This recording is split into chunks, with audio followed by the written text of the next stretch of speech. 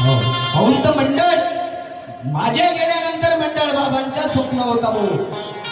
बरं मला एक सांगा, तो एखादी कमिटी बनवते एखाद्या परिवारामध्ये, एका कमिटी सांगते, जसं एका संस्था कोणी उभी करते तर बाप अध्यक्ष, त्याची बायको उपाध्यक्ष, त्याच्या बायकोची बहिणी सचिव, चिव चिव चिव चिव, मावस भाऊ, चुलत भाऊ, सार भाऊ, आणि समोरच्या निकाम्या जागा बरं आपण म्हणत नाही.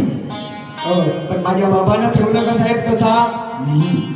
आजही त्या मंडळाची संचालक बॉडी जी आता नवनिर्वाचित असेल किंवा याच्या पूर्वीची असेल, चेक करून टाका तुम्ही. बाबाच्या परिवारातला, बाबाच्या कुटुंबातला बाबांनी व्यक्तिमत्व कधी तिथं बसू दिलं नाही. बरं बाबाच्या काही दृष्टिकोन काय मंडळातल्या बॉडीमध्ये का घरच्या लोकांना बसवायचा नव्हता का? नाही. बाबांना समजत होता दादा ह्या मार्गाची तुला परिवारातले लोक सांभाळू शकत नाही. बाबांनी तर बैठक बोलवली, कुणी समोर आला नाही, आणि म्हणून तो एवढा सुंदर मोठा आयोजन परमपूज्य परमात्मा एक सेवक मंडळ करत आहे भाऊ. टाळ्या वाजवा मंडळासाठी एक वेळा.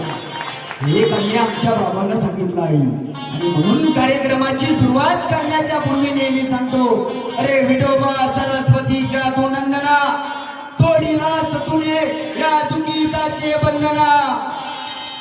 विठोबा सरस्वतीच्या तू नंदना, तोडीला सतुने या दुखीताचे बंधना.